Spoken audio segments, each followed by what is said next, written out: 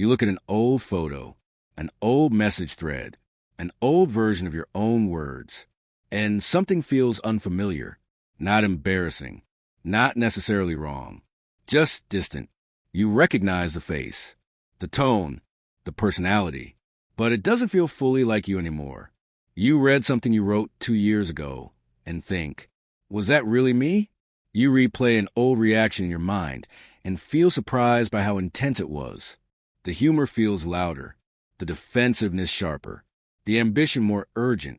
You don't judge it, but you don't inhabit it either. This is where the confusion begins, because identity has always felt continuous. You assumed you were a stable narrative, a consistent personality moving forward in time. But now, the continuity feels thinner. You are not the same, and you can't fully explain why. Carl Jung understood this phenomenon intimately. He believed that much of what we call who we are is actually a collection of identifications, roles, reactions, adaptations formed in response to life circumstances. These identifications create the ego's sense of stability. But individuation requires loosening identification. And when identification loosens, familiarity dissolves. Jung wrote, "The most terrifying thing is to accept oneself completely." Why terrifying? Because complete acceptance requires seeing the parts of you that were once unconscious and releasing the need to cling to outdated self-images. When you begin integrating shadow material, your former self can feel exaggerated.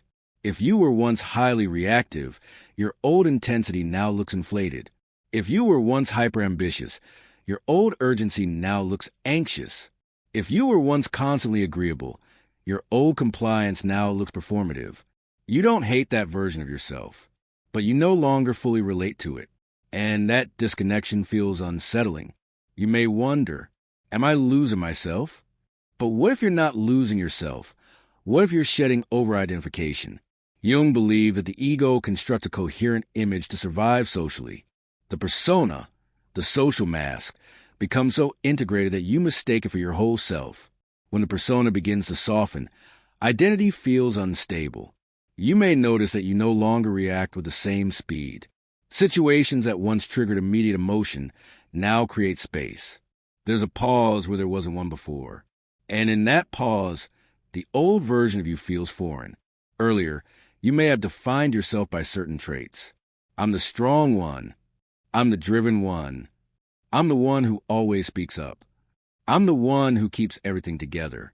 Now, those traits feel less rigid, less automatic, less central, and without them, you feel undefined. But undefined does not mean empty. It means reorganizing. You may also experience a strange sense of observing yourself from the outside, watching your reactions with more awareness, catching impulses before acting on them.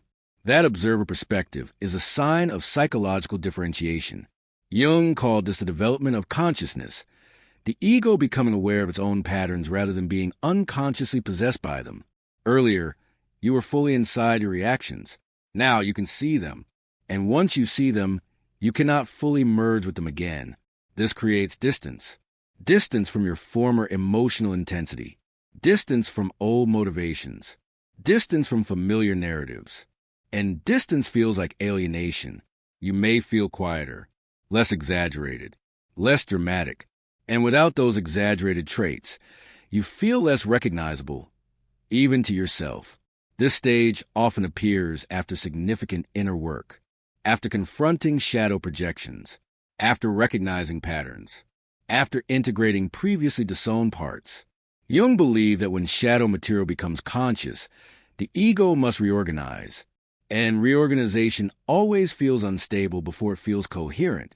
Imagine renovating a house. Walls are opened, rooms are restructured, old fixtures removed.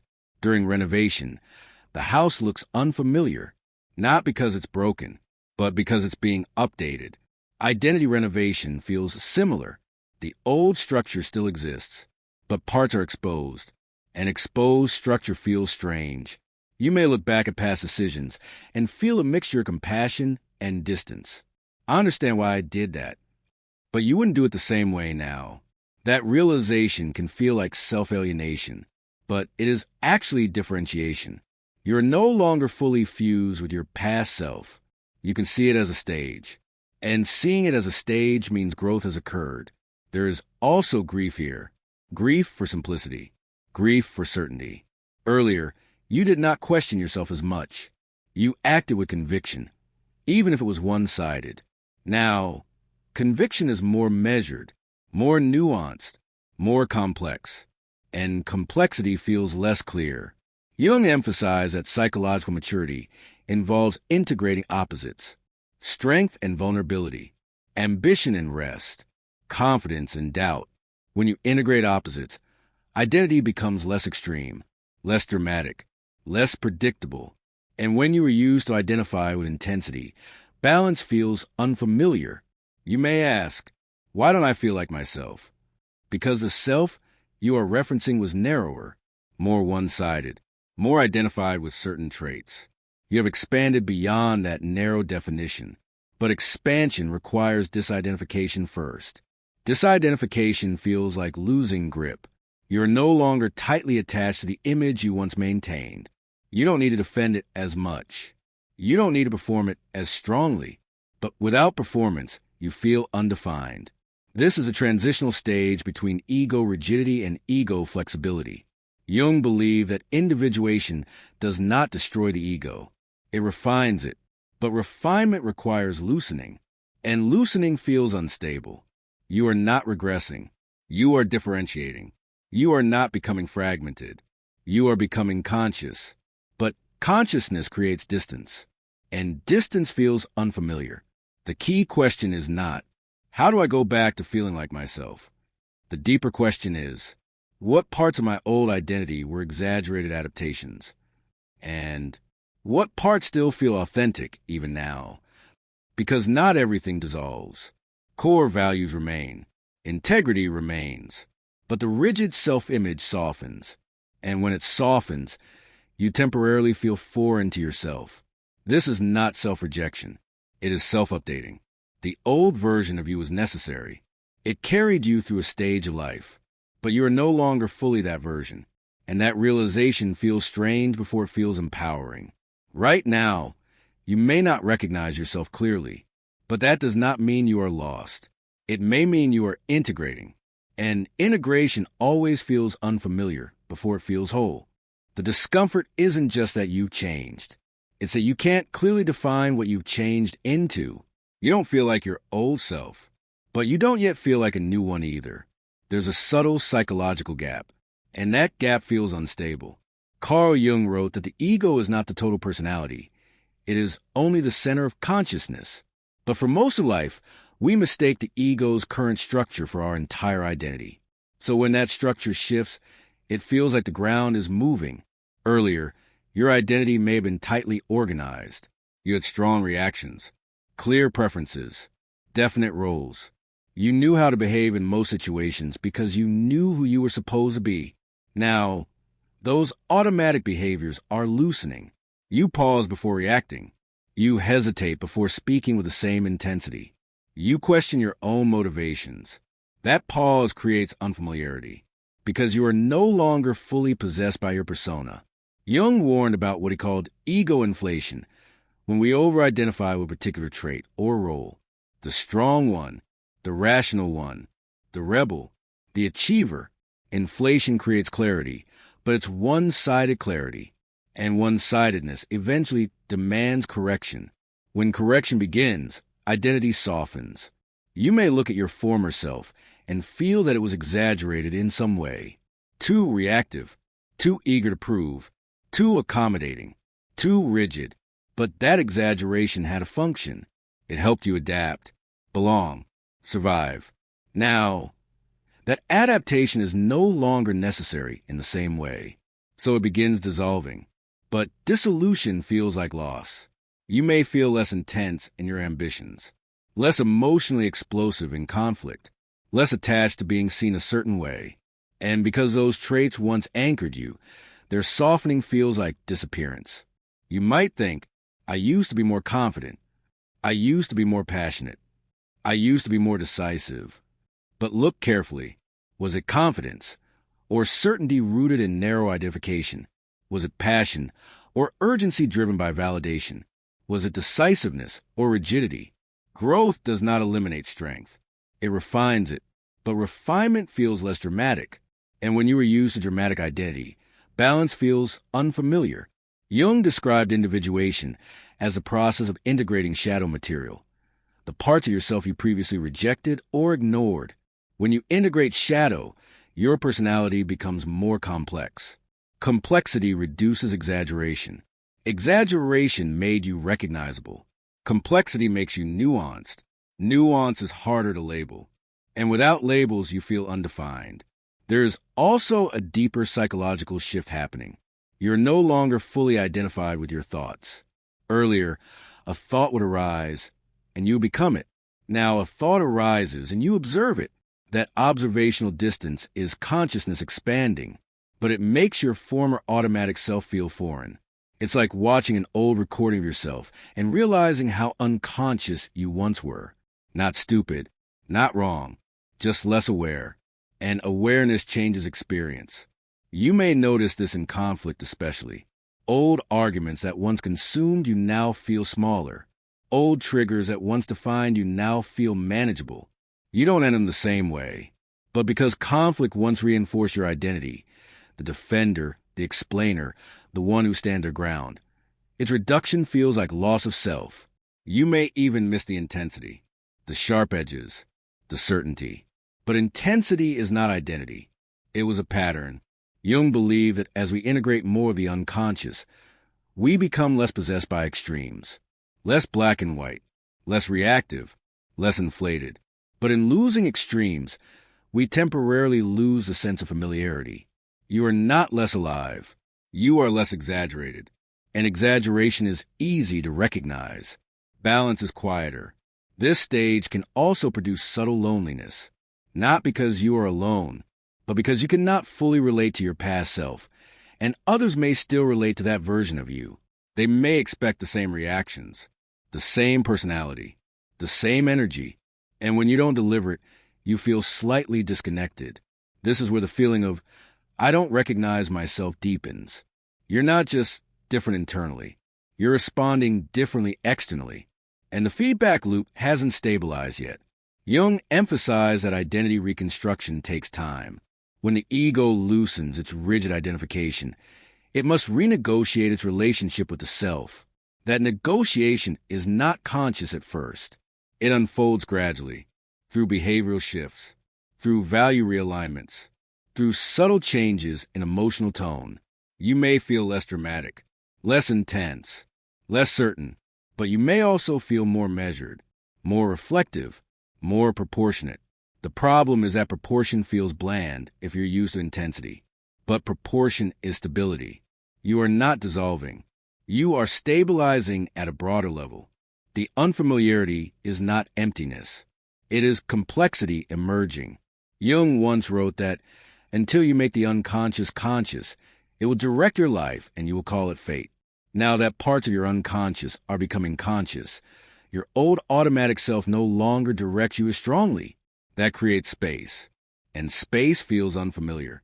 But space is where integration occurs. You're no longer fully defined by your past adaptations. But you have not yet fully articulated your integrated identity.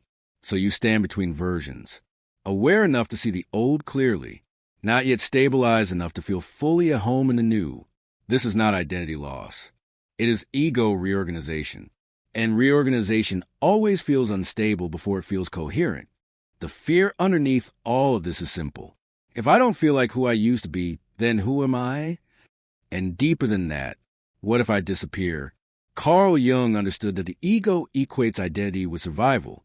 When the familiar self-image dissolves, the ego interprets it as danger.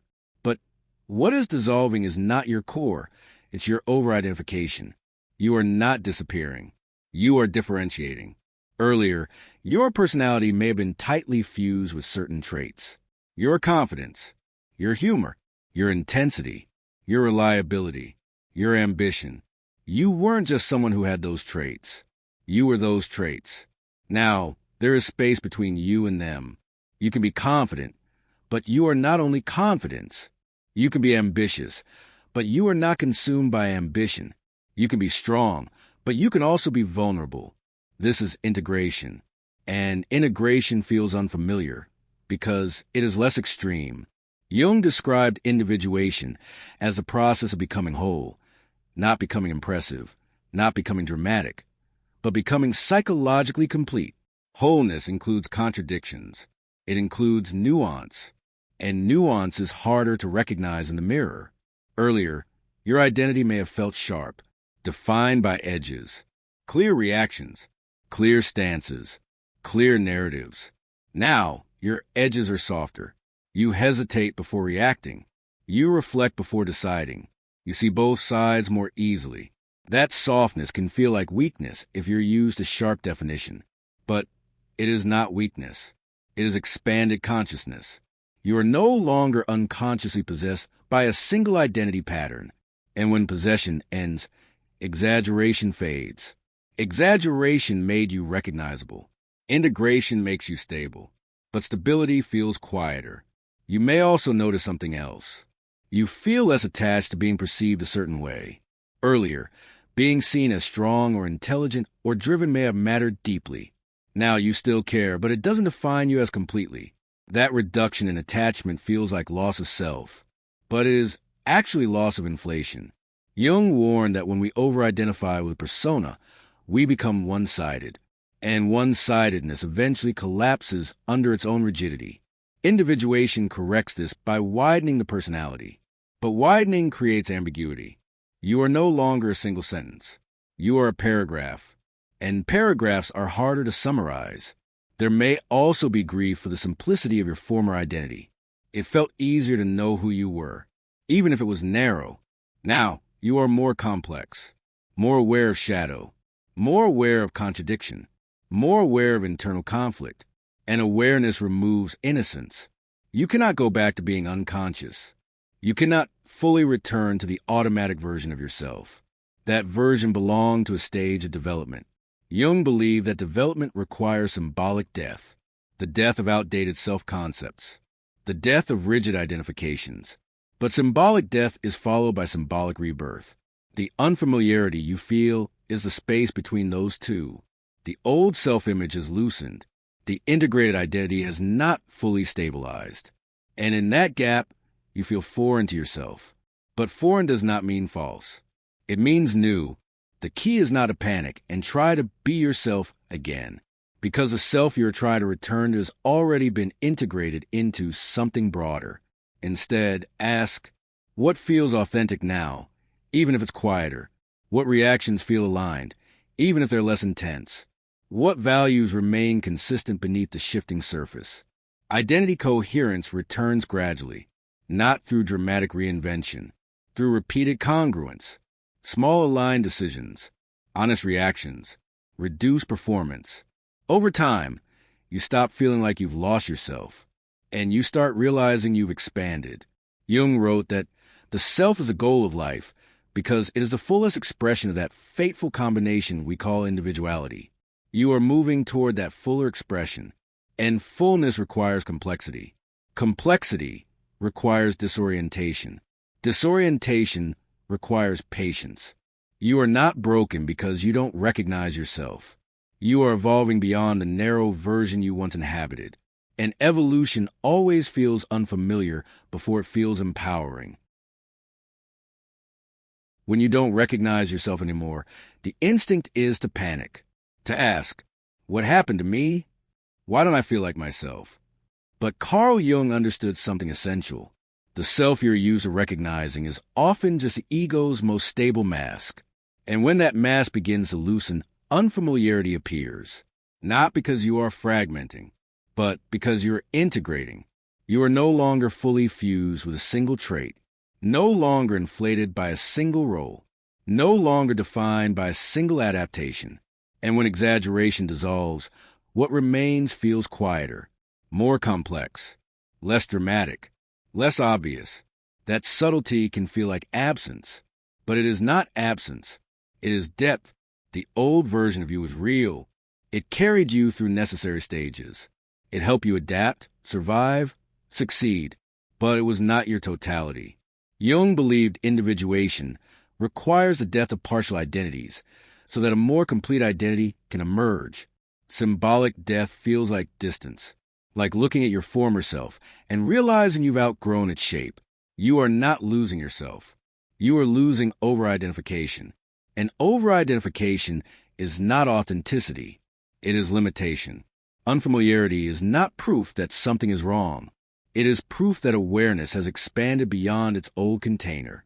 And when awareness expands, recognition takes time.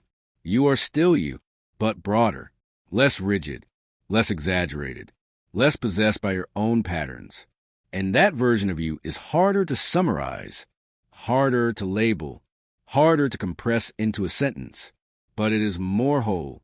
The mirror feels different because you are no longer seeing yourself through distortion. You are seeing more of yourself at once. And that takes adjustment. Stay with the unfamiliarity. Don't rush to recreate an old identity just to feel stable. Let the new coherence form slowly, because one day you will recognize yourself again, not as the person you used to be, but as someone quieter, clearer, more integrated, and far more real than before.